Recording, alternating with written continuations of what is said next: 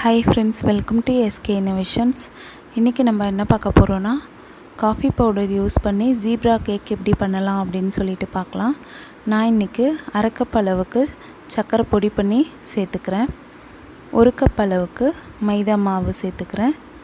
இப்போ இதோட 1/4 கப் அளவுக்கு சமையல் எண்ணெய் சேர்த்துக்கலாம். இதை இப்போ நம்ம லைட்டாக மிக்ஸ் பண்ணி விட்டுக்கலாம். எண்ணெய் வந்துட்டு மாவில் எல்லா இடமும் படுற மாதிரி மிக்ஸ் பண்ணிக்கிட்டால் போதும், ரொம்ப மிக்ஸ் பண்ணணும்னு அவசியம் இல்லை. இப்போ இதோட அரை கப் அளவுக்கு பால் சேர்த்துக்கிறேன். அடுத்து 1 ஸ்பூன் அளவுக்கு பேக்கிங் பவுடர், அரை ஸ்பூன் அளவுக்கு பேக்கிங் சோடா இதெல்லாம் சேர்த்துட்ட பிறகு நல்லா கலந்து விட்டுக்கலாம். இப்போ இந்த கன்சிஸ்டன்சிக்கே இருக்கணும். இப்போ மாவு ரெடி பண்ணிட்டோம். இந்த மாவை 2ஆக டிவைட் பண்ணிக்கலாம்.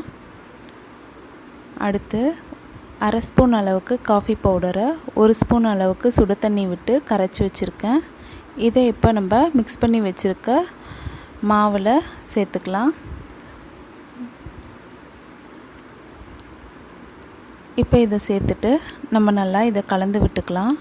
காஃபி பவுடர் வந்துட்டு நான் இன்றைக்கி ப்ரூ இன்ஸ்டன்ட் யூஸ் பண்ணியிருக்கேன். நீங்கள் யூஸ் பண்ணுற காஃபி பவுடர் எதுவாக இருந்தாலும் அதை நீங்கள் ஒரு அரை ஸ்பூன் அளவுக்கு சேர்த்துக்கோங்க. காஃபி பவுடர் அதிகமாக சேர்த்துட்டிங்கன்னா ரொம்ப கசக்கும். இதுக்கு பதிலாக கோகோ பவுடர் இருந்தால் அதுவுமே சேர்த்துக்கலாம். இப்போ இது நல்லா கலந்தாச்சு. அடுத்து இப்போ ஒரு கிண்ணத்தில் 1 ஸ்பூன் அளவுக்கு நெய் விட்டு கிண்ணம் ஃபுல்லாக தேய்ச்சி விட்டுக்கிறேன். அடுத்து 1 ஸ்பூன் மைதா மாவை போட்டு எல்லா இடமும் படுற மாதிரி தட்டிக்கிறேன். அப்போ தான் கேக் வந்து ஒட்டாமல் வரும்.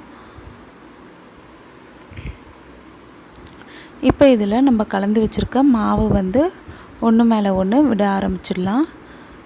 ஃபஸ்ட்டு நான் இப்போது ஒயிட் கலர் மாவு விட்டுருக்கேன். அடுத்து காஃபி பவுடர் சேர்த்து வச்சுருக்க மாவு 1 ஸ்பூன் விட்டுறேன். இதுக்கு மேலே நார்மலாக இருக்க மாவு விடுறேன். அடுத்து காஃபி பவுடர் சேர்த்து வச்சுருக்க மாவு விடலாம்.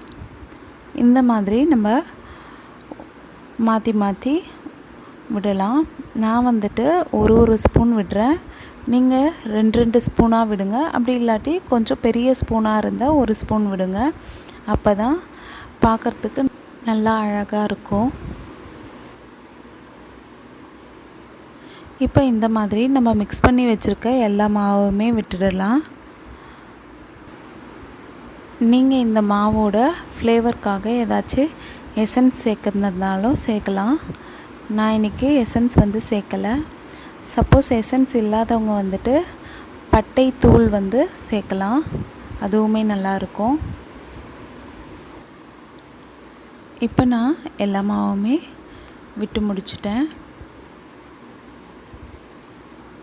இப்போ இந்த மாவுக்கு டிசைன் கொடுத்துடலாம். நீங்கள் உங்களுக்கு பிடிச்ச டிசைனில் கொடுக்கலாம். நான் இன்றைக்கி சிம்பிளான டிசைன் தான் கொடுக்க போகிறேன்.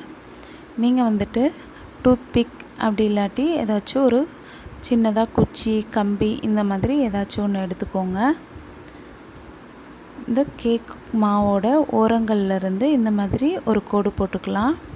இந்த மாதிரி ஒவ்வொரு கோடு போட்டும் நம்ம அந்த கம்பியை தொடச்சிக்கலாம், மாவு இல்லாத மாதிரி. நீங்கள் என்ன டிசைன் வேணாலும் போட்டுக்கலாம்.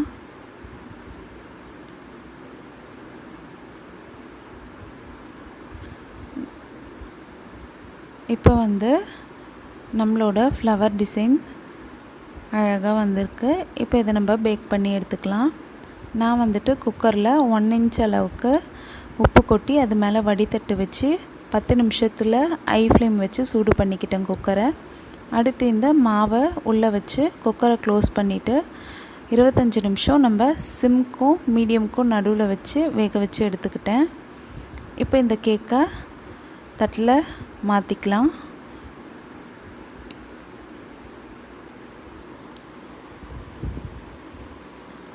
பாருங்கள் ஃப்ரெண்ட்ஸ், நம்மளோட ஜீப்ரா கேக் ரெடி ஆகிடுச்சு. சூப்பராக வந்திருக்கு. இப்போ இதை நான் உங்களுக்கு கட் பண்ணி காட்டுறேன்.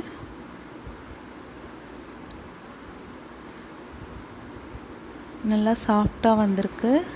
நீங்கள் வந்துட்டு மாவு கொஞ்சம் அதிகமாக விட்டுருந்தீங்கன்னா இன்னுமே பார்க்குறதுக்கு ரொம்ப அழகாக வந்திருக்கும். அதாவது மாவு வந்து 2 ஸ்பூன் விட்டுருந்தீங்கன்னா கொஞ்சம் ஒவ்வொரு கலருக்குமே இடைவெளி அதிகமாக இருந்திருக்கும். அப்போ பார்க்க இதை விட ரொம்ப அழகாக இருந்திருக்கும். பாருங்கள் ஃப்ரெண்ட்ஸ், எவ்வளோ சாஃப்டாக வந்திருக்கு. கண்டிப்பாக எல்லோரும் ட்ரை பண்ணுங்கள் ஃப்ரெண்ட்ஸ். இந்த வீடியோ உங்களுக்கு பிடிச்சிருந்தா லைக் பண்ணுங்கள், உங்கள் ஃப்ரெண்ட்ஸோடு ஷேர் பண்ணுங்கள், அண்ட் எப்படி இருந்துச்சுன்னு கமெண்ட் பண்ணுங்கள். மறக்காமல் நம்ம சேனலை சப்ஸ்கிரைப் பண்ணுங்கள். தேங்க்ஸ் ஃபார் வாட்சிங் ஃப்ரெண்ட்ஸ்.